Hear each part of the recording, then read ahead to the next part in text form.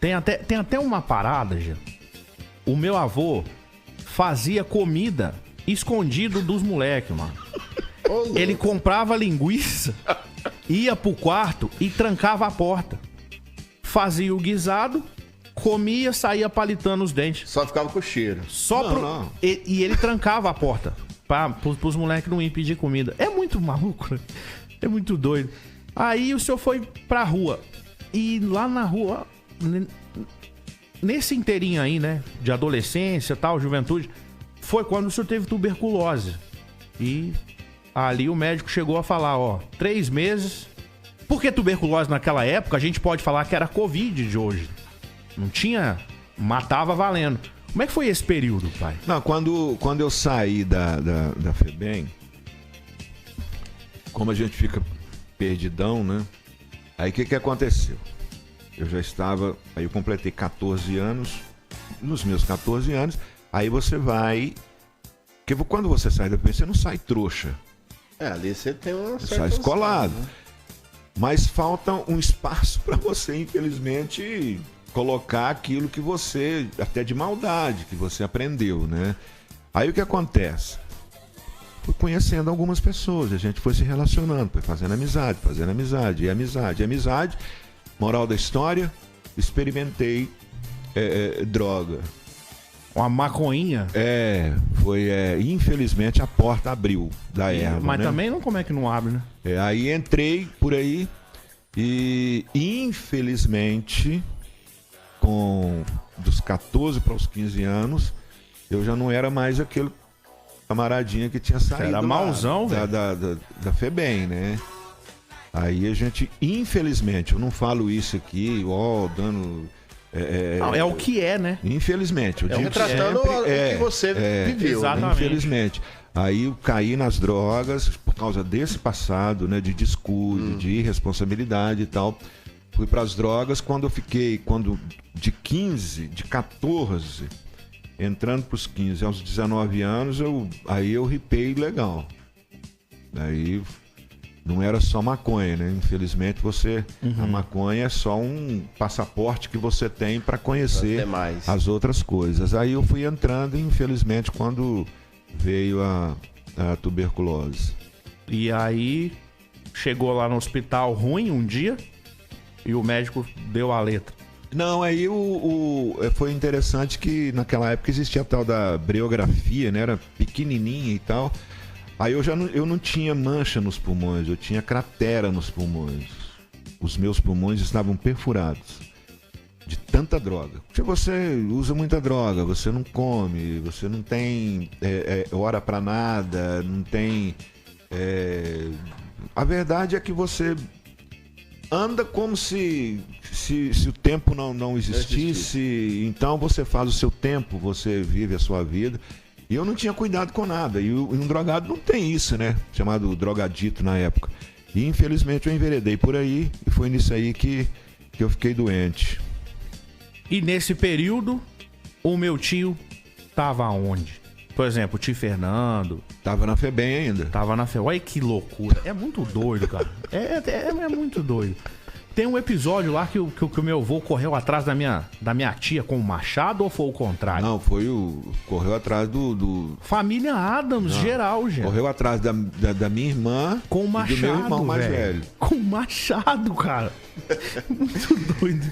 Não, a nossa casa era um negócio interessante. Que... Na verdade, ele nunca foi pai, né? Não. Ele nunca pode ser chamado de pai pra vocês. Mas teve uma época que aí o senhor começou a trabalhar, garrafeiro ali, começou a ganhar seu dinheirinho, aí começou a andar bem arrumado e tal. Foi quando o senhor saiu desse problema de tuberculose, o senhor abandonou também as drogas? Não, aí... Foi aí que o senhor conheceu minha mãe? Aí tem toda uma história. Eu conhecia a Dona Maura antes, né? Eu comecei nesse tererê TT com a Dona Maura, eu tinha 15, ela tinha 13. O senhor ficava de olho? Não, já ali... de olho há muito tempo, né? O que ela viu no senhor, né? Como é que pode? É muito doida também, minha mãe, naquela época. Não, cara, pô, você tá acabando comigo desse jeito, ó.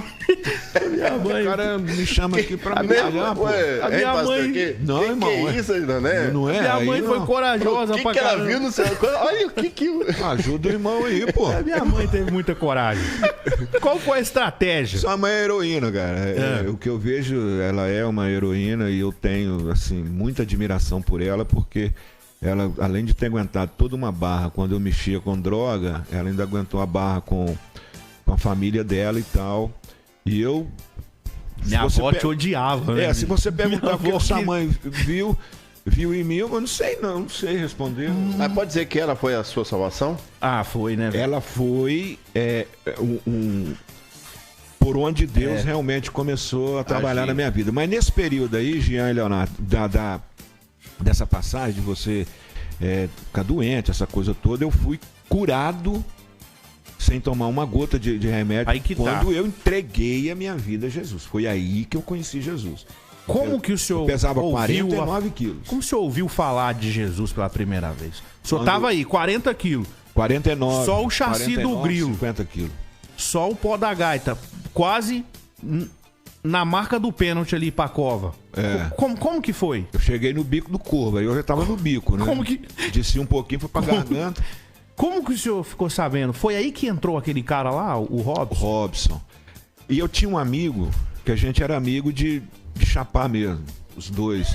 E aí ele conheceu Jesus. E ele entregou a vida a Jesus e tal.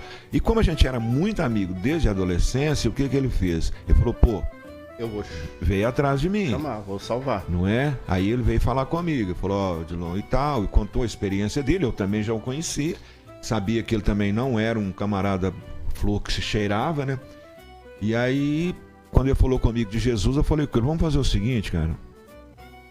Você fica com o seu Jesus e me deixa do jeito que eu tô e vai viver sua vida. Isso aí não é pra mim.